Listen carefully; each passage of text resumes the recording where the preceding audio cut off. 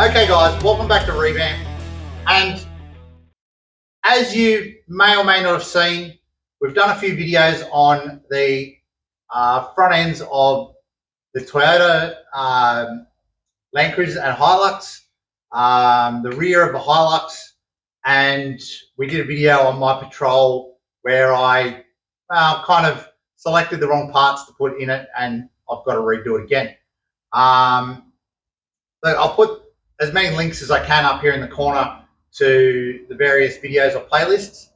But I thought the Landcruiser runs a different rear end to both the Patrol and the Hilux.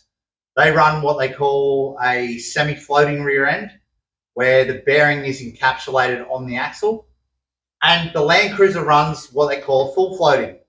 Now, I'll get more into that as I pull it apart, but essentially, the vehicle can roll along without the axle in it. So, the bearings sit on a spindle and then the axle sits through the middle. That's why they have this distinctive look to them.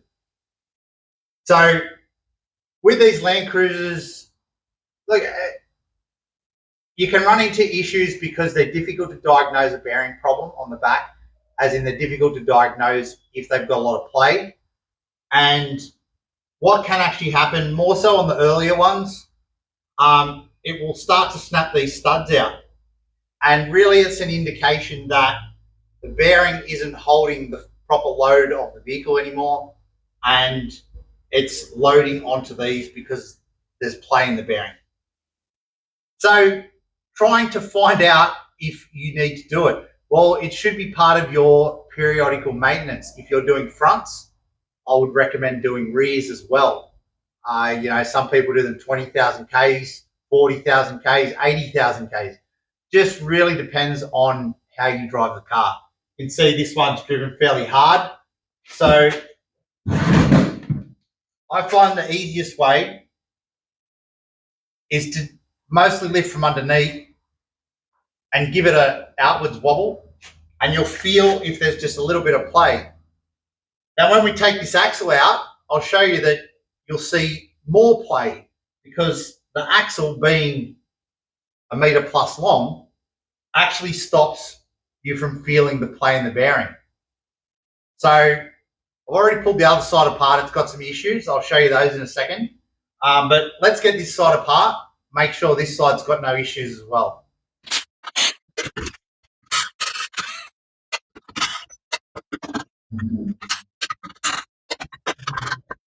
As we can see, we've got a wheel hub, a little bit similar to the front one.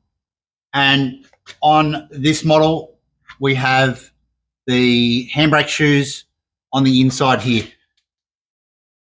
So next we've got to get this axle out, which is this flange on the end. Now it uses the similar cone washers just in here as the front locking hubs do. So you've got to get them to knock out with the hammer.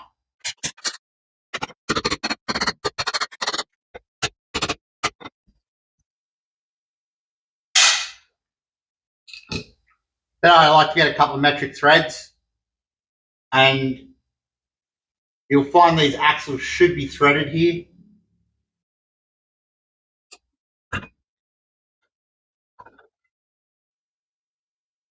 And your axle comes out. A couple of big Phillips head screws.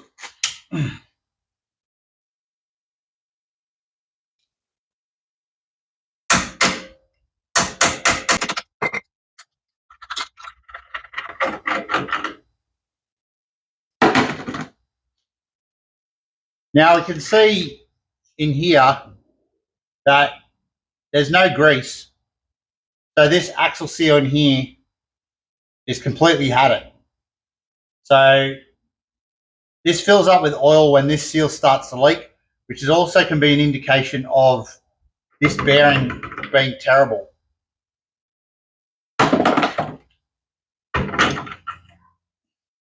Now I can see on this side that the actual bearing surfaces are quite good, but it has a bit of an issue back here with the seal surface. Now it's probably good enough to get away with once we put a new axle seal in it, but yeah, that's basically dirt building up around the seal has damaged the surface. Now, on the other side of the car, we have a different issue. Okay, so we're on the other side of the car now, and we can see there's some rust pitting. And unfortunately, as we come back here to the rear bearing surface, you can see a lot of rust pitting around the rear bearing. Now, that's from water getting in, a bearing being overloaded, and probably like not maintained when it should be after being through water. Unfortunately, guys, when it does come to the rear, it's not a bolt-on, bolt-off spindle operation like it is on the front of these Land Cruisers. If this was on the front, we could easily just unbolt this spindle, or particularly the other one that's got more damage, and bolt a new one on. Realistically, like, people may say things like speedy sleeves and things like that. Not really something you want to do where a bearing is going to sit. You could possibly do it where the seal runs here, but really the way to fix this is either a replacement housing altogether, or to have a diff shop cut this rear spindle out and put a new one in. Obviously not a simple, small task, and something that, if you're being very particular about it, would be something you'd be looking to do. So a good thing to do at this time is to change out your handbrake shoes. These ones look okay, but I can tell they've got a little bit of oil. On the other side, we actually have a broken handbrake shoe, so we're definitely changing them. With the hub sitting against them, just makes life a lot easier to change them now. All right, so there you go, guys. That's the new handbrake shoes fitted on. See a little bit of copper grease on the rubbing surfaces. Also lubricating that adjuster there. Now it's on to changing axle seals and fitting the new bearings in the hub. Fitting the bearings in the hub is pretty much exactly the same as doing the front ones. So I probably won't show a lot of it. And then we'll just get down to putting the new axle seal in and also adjusting the rear bearings.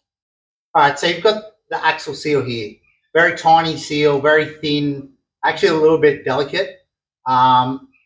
It's probably one of the handful of oil seals that I won't put sealant around the outside to really get them to glue in. They do have a tendency to slip because they're such a small seal. It doesn't have a lot of strength to it. So I put them in by hand.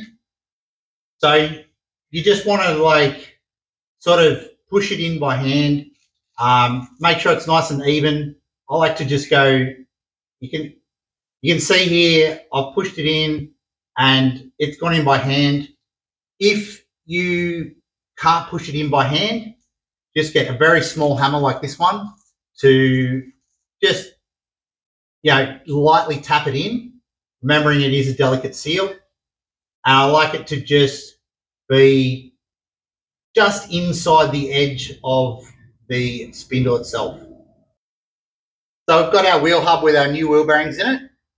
Now we're just going to put that on with the specially shaped washer that we've got and the special locking ring.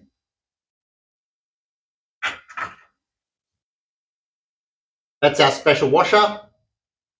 Actually, you can see the 4 holes in it. That's where the locking screws will align later on. That is the special adjusting nut. And you can see it's got small holes and big holes. The small holes are for the locking screws. So we have these large knobs on the face here that you can tap around with a punch. Remembering you've got to over tighten to seat the bearings first, and then come back and redo your adjustment.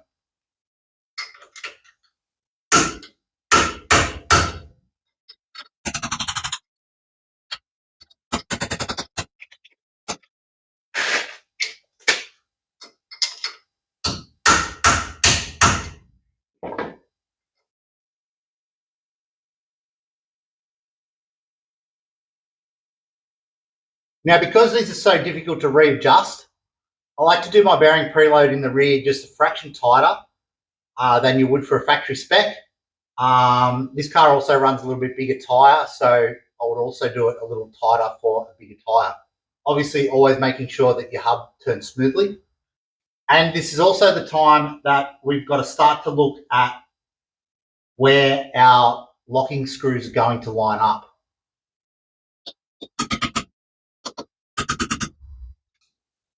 So we just get that into a spot where our locking screw will go through and line up.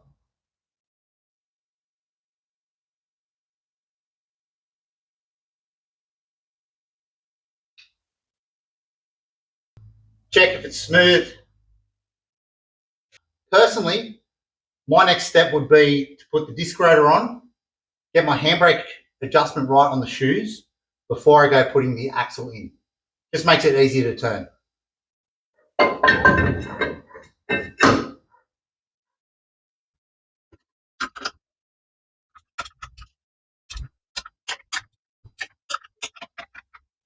All right, so I've got that handbrake, adjusted up.